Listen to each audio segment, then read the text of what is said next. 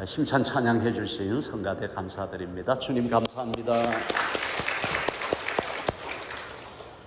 오늘 갈라디아서 강의 12번째 시간입니다. 자유를 위한 부르심이라는 제목으로 말씀을 전하겠습니다. 사도 바울이 갈라디아서를 기록하던 당시에는 노예제도가 있던 시대입니다. 기록에 의하면 로마 제국 전체 인구의 약 15%가 노예였습니다. 로마 본토로 범위를 좁히면 인구의 약 40%가 노예였습니다. 1세기 로마 본토의 인구를 약 700만 명으로 추정하는데 그 중에 300만 명가량이 노예였다라고 합니다. 그러니 지금 로마에 남아있는 고대 유적들, 콜로세움이라든지 판테온 신전을 비롯한 여러 신전들, 또 아피아 가도와 같은 도로들, 그런 유적들은 다 노예들의 피와 땀과 생명의 희생으로 이루어진 역사다라고 할 수 있습니다. 그 중에서도 특별히 원형 경기장 콜로세움은 예루살렘을 침공하여 함락시킨 로마 황제 티투스, 로마 이 예루살렘 침공할 때는 총사령관으로 파견되었던 티투스입니다. 후에 이제 황제가 되었는데 그때 완공을 했습니다. 이 콜로세움을 완공할 때 예루살렘에서 포로로 붙잡아온 수만 명의 유대인들을 건설 현장에 투입시켜서 콜로세움을 완성시켰습니다. 노예 제도 하에서는 최고의 재산이 노예였습니다. 노예 한 명만 데리고 있으면 평생 일하지 않고 편안하게 살 수 있었습니다. 노예에게 모든 일을 다 시켰습니다. 그래서 원로원 선거에 나가는 사람들이 표를 얻기 위해서 유권자들에게 노예를 선물하는 일이 공공연하게 이루어지고 있었습니다. 그러니 이 노예들의 생활이 얼마나 비참했겠는가 우리는 충분히 짐작할 수 있습니다. 로마 제국의 문명 또 번영을 떠받치고 있는 요소 가운데 하나가 노예제도였기 때문에 바울이 기록한 13권의 바울 서신에 보면 이 종이라는 단어가 많이 나옵니다. 128번 나오고 있습니다. 바울이 이 종을 비유로 해서 복음을 설명하는 말씀이 그만큼 많이 있습니다. 종이 되는 과정은 간단합니다. 첫째는 전쟁에서 패하면, 전쟁에서 포로로 붙잡히면 종이 되는 것이죠. 이스라엘이 바벨론에 멸망당해서 많은 이스라엘 사람들이 바벨론에 포로로 끌려가서 70년 동안 종살이 했습니다. 전쟁에서 패하면 종이 되는 겁니다. 둘째는 빚을 갚지 못하면 종이 됩니다.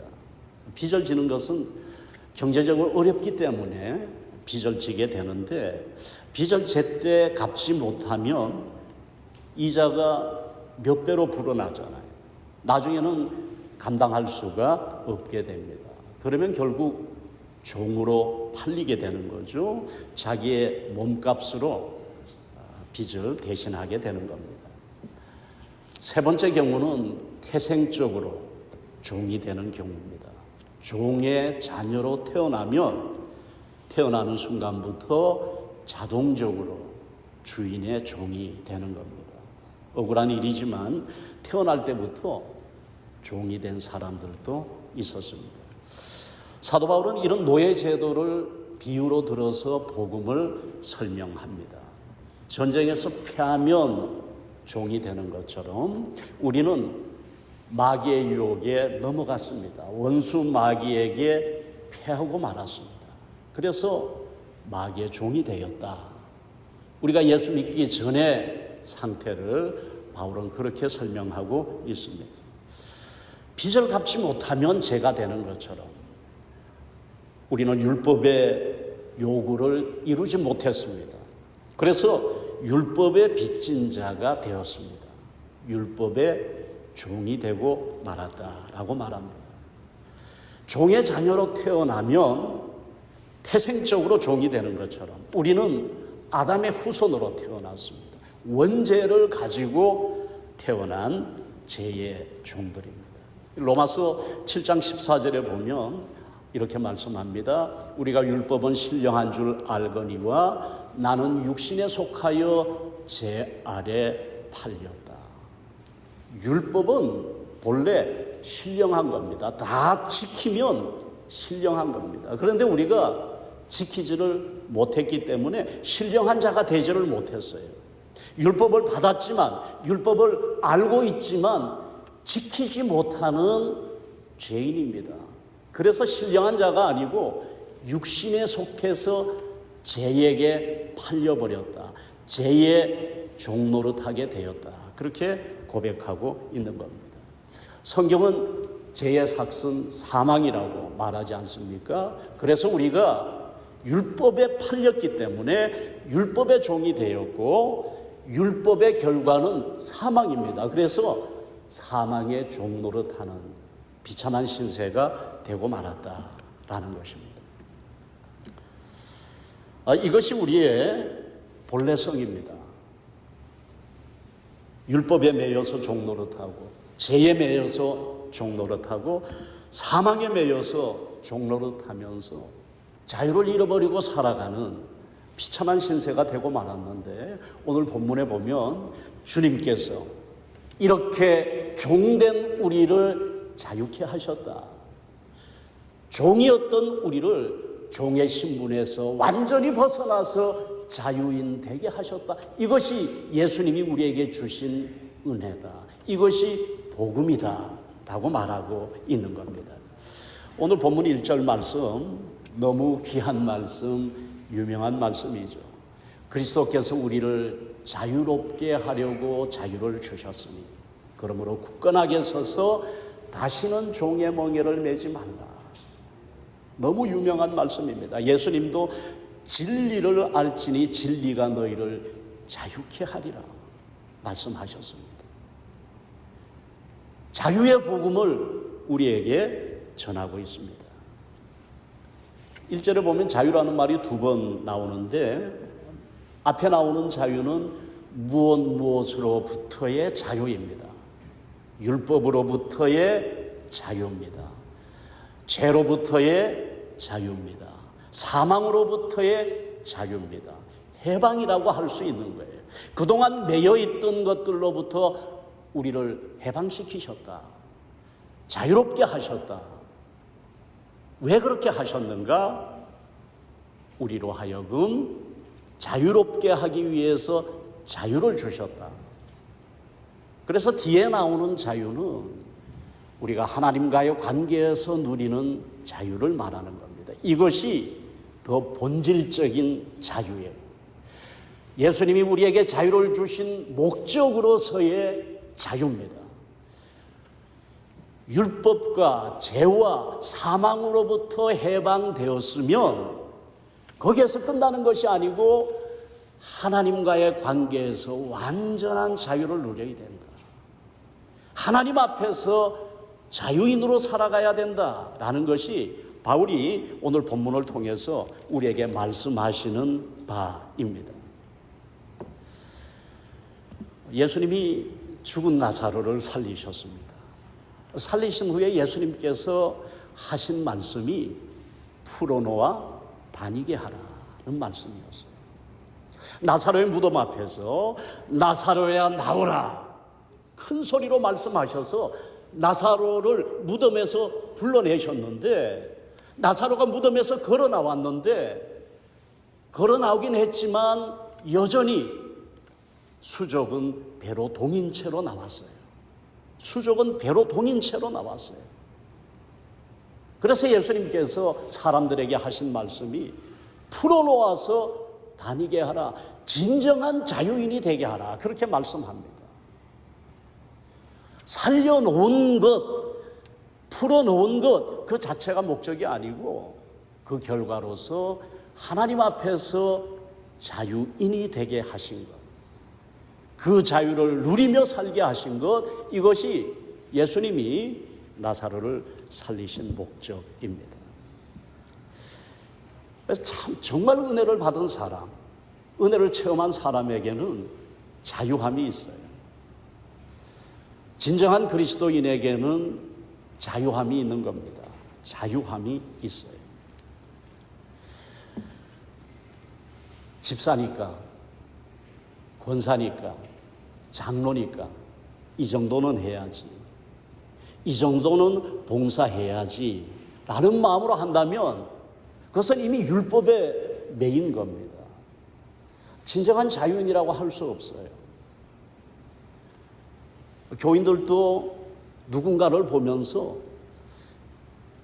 권사니까 장로니까 이 정도는 해야지라는 어떤 기준을 가지고 그 사람을 보고 있다면 율법에 매인 겁니다. 율법에 매인 거예요. 은혜는 그런 게 아니지 않습니까? 해야 되기 때문에 하는 게 아니라 하고 싶어서 하는 거예요. 하고 싶어서 하는 겁니다. 아니, 하는 게 아니라 해지는 거예요. 해지는 거예요. 내가 하는 것이 아니고 내 안에 성령께서 내게 역사하셔서 나를 감동하셔서 하지 않을 수 없도록 만들어 주시기 때문에 우리가 하는 겁니다. 우리 예수님을 만나서 변화된 삭개오의 이야기를 잘 알고 있습니다. 삭개오는 여리고의 세리였습니다. 세리는 우리가 아는 대로 로마 제국을 위해서 사람들에게 세금을 징수해서 로마 제국에 갖다 바치는 사람입니다. 그런데 백성들이 내어야 될 정상적인 세금보다 더 많은 세금을 부과하는 거죠. 그리고 그 차액은 자기가 착복하는 겁니다. 그래서 부를 축적합니다.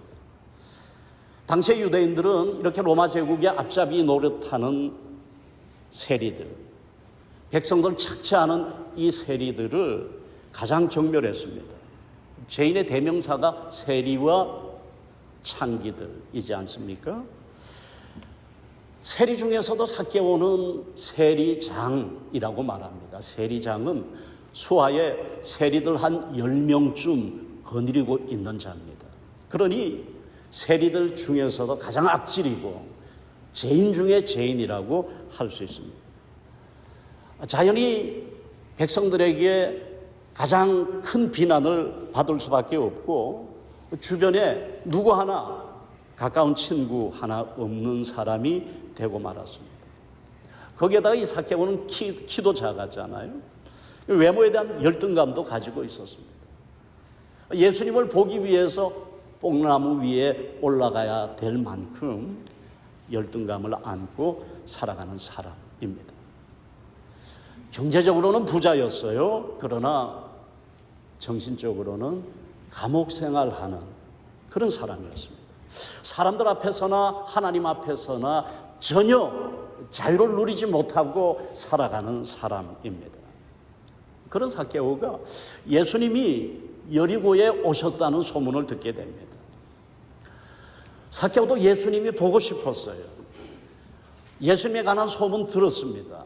많은 기적을 행하는 분이다. 하나님의 아들이라는 소문을 들어서 그분이 어떤 분인지 꼭 한번 보고 싶은 마음이 있었습니다.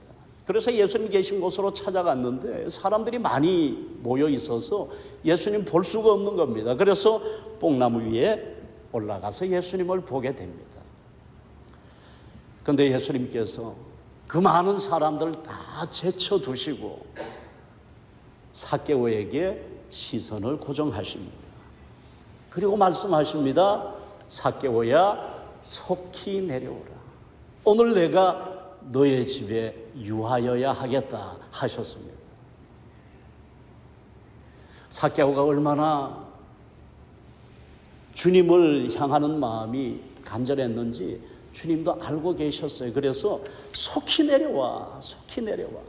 내가 오늘 너의 집에 유하겠다 하셨습니다. 삭개오가 얼마나 놀랐겠습니까? 아니, 예수님이 이미 내 이름을 알고 있습니다.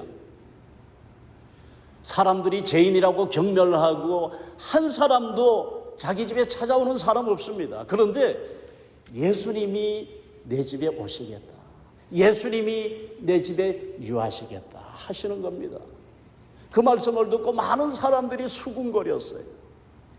삭개오가 어떤 사람인지 알면 예수님께서 어떻게 저런 말씀을 하실 수 있나, 죄인의 집에 간다고 하실 수 있나 수군거렸지만 예수님 아랑곳하지 않으셨습니다. 내가 오늘 너의 집에 유하여야 하겠다, 반드시 너와 함께 하겠다는 말씀입니다. 삭개오가 얼마나 기뻤겠어요? 크게 기뻐하면서 예수님을 자기 집에 모시고 최선을 다해서 예수님을 위해서 잔치하고 대접했습니다. 예수님과 함께 시간을 보냈습니다. 무슨 말씀을 서로 나누었는지 알 수는 없지만 삭개오가 예수님을 통해서 마음에 큰 감동을 받습니다. 이분이 진실로 하나님의 아들임을 알게 되고 믿게 됩니다. 그래서 삭개오가 이런 고백합니다. 주님, 이제 내 소유의 절반을 팔아서 가난한 사람들에게 나눠주겠습니다. 내가 만약 그동안 누구를 속여서 빼앗은 것이 있으면 4배로 갚겠습니다. 그렇게 말한 겁니다. 그 말을 듣고 예수님께서 오늘 너의 집에 구원이 임하였다, 오늘 너에게 구원이 임하였다, 이 사람도 진실로 아브라함의 자손이다, 예수님께서 그렇게 말씀하셨습니다. 지금까지 죄책감에 매여 살았습니다. 열등감에 매여 살았어요. 돈에 매여 살았어요. 이 모든 것에 종로하면서 살았습니다. 내가 사람들에게 이렇게 비난받고 또 키가 작은 외모의 열등감을 가지고 살아가고 있는데 그나마 내가 내 마지막 자존심 하나 지킬 수 있는 길은 악착같이 돈을 모아서 부자가 되는 길뿐이다. 그러면 최소한의 자존심은 지킬 수 있다고 생각해서 온갖 욕을 먹으면서도 돈을 모은 겁니다. 돈에 집착한 겁니다. 그런데 돈이 쌓이면 쌓일수록 삭개오는 점점 더 부자유하게 되는 겁니다. 돈이 자기를 자유롭게 하지 않는다는 것을 깨닫게 됐어요. 돈에 매입니다. 죄에 매입니다. 사람들의 시선에 매입니다. 자유를 잃어버리고 살고 있습니다. 그 무엇도 삭개오의 인생 문제를 해결해 주지 못했는데 예수님을 만난 후에 예수님과의 그 짧은 만남을 통해서 삭개오는 자신을 묻고 있던 모든 인생 문제를 해결했다라는 거예요. 단순히 예수 믿고 제사함 받은 것으로 끝난 게 아니에요. 하나님 앞에서, 사람들 앞에서 진정한 자유인이 되었습니다. 이것이 우리가 예수님을 통해서 받는 은혜입니다. 예수 믿고 구원받고 예수 믿고 천당 가는 티켓 받은 것이 구원의 전부가 아니라는 겁니다. 그것은 예수님께서 우리에게 주신 축복 가운데 가장 기본적인 축복이에요. 물론 중요하죠. 그러나 하나님 앞에서 이렇게 자유인으로 살아가는 것, 이것이 예수님이 복음을 통해서 우리에게 주신 놀라운 축복입니다. 이것이 은혜 받은 자의 삶이고 해방된 자의 삶입니다. 로마서 8장 1절에 보면 그리스도 예수 안에 있는 생명의 성령의 법이 죄와 사망의 법에서 너를 해방하였다, 자유케 하였다, 그렇게 말씀하지 않습니까? 바로 그 말씀입니다. 주님께서 우리에게 주신 자유가 바로 이겁니다. 그러므로 자유를 얻은 우리는 이 자유 위에 굳게 서서 다시는 종의 멍에를 매면 안 된다라고 말씀합니다. 우리에게 온 자유는 우리가 빼앗은 자유가 아니죠. 우리가 쟁취한 자유가 아닙니다. 예수님께서 거저 주신 자유를 우리는 그냥 받은 것뿐입니다. 거저 받은 자유예요. 그런데 이제는 우리가 이 자유를 지켜야 된다. 자유를 지켜야 된다. 거저 얻은 자유지만 지키는 것은 우리의 몫이다. 이 자유를 얻기 위해서 우리가 한 것은 아무 일도 없지만 이제 이 자유를 지키기 위해서는 우리가 무언가를 해야 된다라고 말하고 있는 겁니다. 자유를 지키기 위해서 우리가 해야 될 것이 서로 종노릇 하는 겁니다. 오늘 본문이 그것을 말하고 있습니다. 이것은 역설입니다. 모순처럼 들립니다. 다시는 종의 멍에를 매지 말라고 했거든요. 주님께서 우리에게 자유를 주셨으니까 다시는 종의 멍에를 매지 말라 하셨는데 13절로 넘어와서는 이제는 종노릇 하라고 하시는 겁니다. 사랑으로 서로 종노릇 하라. 그래야 진정한 자유인이 될 수 있다. 그래야 주님께서 주신 자유를 지킬 수 있다. 자유를 얻었다고 해서 그 자유로 육체의 기회를 삼으면 자유를 잃어버리고 만다. 오히려 사랑으로 종노릇해야 그 자유를 지킬 수 있다. 진정한 자유인으로 살 수 있다. 그렇게 말씀하고 있는 것입니다. 한용훈 님의 복종이라는 시를 우리가 다 잘 알고 있습니다. 이런 내용이죠. 남들은 자유를 사랑한다 하지만은 나는 복종을 좋아하여요. 자유를 모르는 것은 아니지만 당신에게는 복종만 하고 싶어요. 복종하고 싶은데 복종하는 것은 아름다운 자유보다 달콤합니다. 그것이 나의 행복입니다. 남들은 자유를 사랑한다지만 나는 복종을 좋아합니다. 남들은 하나님으로부터 벗어나는 것 좋아하지만 나는 하나님께 매이는 것이 좋습니다. 하나님께 매여서 하나님의 뜻대로 살아가는 것이 좋습니다. 왜냐하면 그것이 나를 참으로 자유롭게 하기 때문에 그렇습니다. 하나님께 복종하는 것은 달콤한 자유보다 더 좋습니다. 그렇게 말하고 있는 겁니다. 복종하고 싶은데 복종하는 것은 아름다운 자유보다 더 달콤하다. 그것이 나의 행복이다. 참된 자유의 의미를 잘 노래하고 있습니다. 13절에 보면 그렇게 말씀하죠. 너희가 자유를 위하여 부르심을 입었으나 그 자유로 육체의 기회를 삼지 말라. 오직 사랑으로 서로 종노릇하라. 우리가 하나님께로부터 받은 자유는 하나의 기회입니다. 기회로서의 자유예요. 이 자유를 육체의 기회로 쓸 수도 있고 영적인 기회로 쓸 수도 있습니다. 죄 짓는 기회로 사용할 수도 있고 하나님의 말씀에 순종하는 기회로 삼을 수도 있어요. 자유는 하나님이 우리에게 주신 기회입니다. 어떻게 사용할 것인가?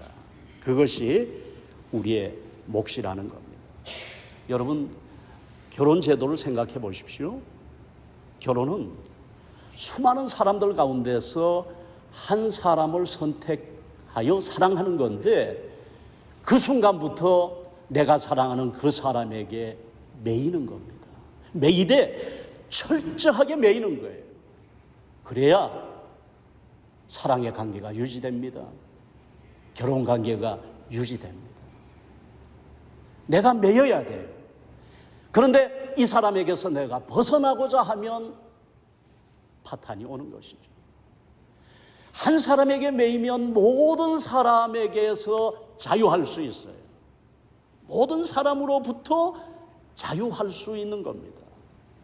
내가 다른 사람을 선택할 수도 있었지만 이 사람을 선택했기 때문에 이 사람에게 매이게 됩니다. 그러면 다른 모든 기회들로부터는 내가 벗어나게 되는 겁니다. 자유롭게 되는 겁니다. 한 사람의 종이 될 때 우리는 모든 사람으로부터 자유인이 된다. 이 원리를 알아야 하는 겁니다. 여기에 자유의 신비가 있고 자유의 기쁨이 있습니다. 벗어나려고 하면 안 돼요. 우리 인간에게 100%의 자유는 없습니다. 한 사람에게 매여야 됩니다. 예수님에게 매여야 됩니다. 하나님의 말씀에 매여야 됩니다. 그러면 모든 것으로부터 자유할 수 있어요. 그래서 어거스틴이 유명한 말을 했습니다. 하나님을 사랑하라. 그리고 네 마음대로 하라. 하나님을 사랑하고 그 사랑 안에서 우리는 모든 것을 할 수 있다는 거예요. 그 자유를 하나님이 우리에게 주셨습니다. 그래서 바울이 늘 고백하는 것이 나는 예수 그리스도의 종이라. 예수 그리스도께 매인바 되었다. 전에 내게 유익하던 모든 것을 다 잃어버리고 배설물로 여긴다. 그렇게 고백합니다. 예수 안에 있는 보화를 발견했기 때문에 그렇습니다. 예수님께 매이면 다른 모든 것들로부터 자유로워질 수가 있는 겁니다. 육체의 자유를 반납했어요. 그리고 그리스도의 종이 되었습니다. 사랑의 종이 되어서 그리스도의 법을 성취하게 됐습니다. 오늘 주님께서 사도 바울을 통해서 우리에게 주시는 이 말씀, 우리 모두가 마음에 깊이 새길 수 있기를 바랍니다. 사랑으로 서로 종로로 타라. 이것이 자유인의 윤리입니다. 은혜 받은 자에게 주시는 주님의 명령입니다. 사랑으로 서로 종로로 타면서 진정한 자유로 살아갈 수 있는 우리 모두가 되기를 바랍니다. 기도하겠습니다. 아버지 하나님 감사합니다. 오늘도 저희들을 불러주시고 그리스도께서 우리에게 주신 자유의 의미를 깨닫게 하여 주시니 감사합니다. 자유케 된 저희들 서로 종로로 타면서 그리스도의 법을 성취할 수 있도록 도와주시옵소서. 그리하여 진정한 자유인으로 살아가는 저희들 모두가 되게 하여 주시옵소서. 예수님의 이름으로 기도하옵나이다. 아멘. 자리에서 일어나서 찬송가 268장을 부르겠습니다.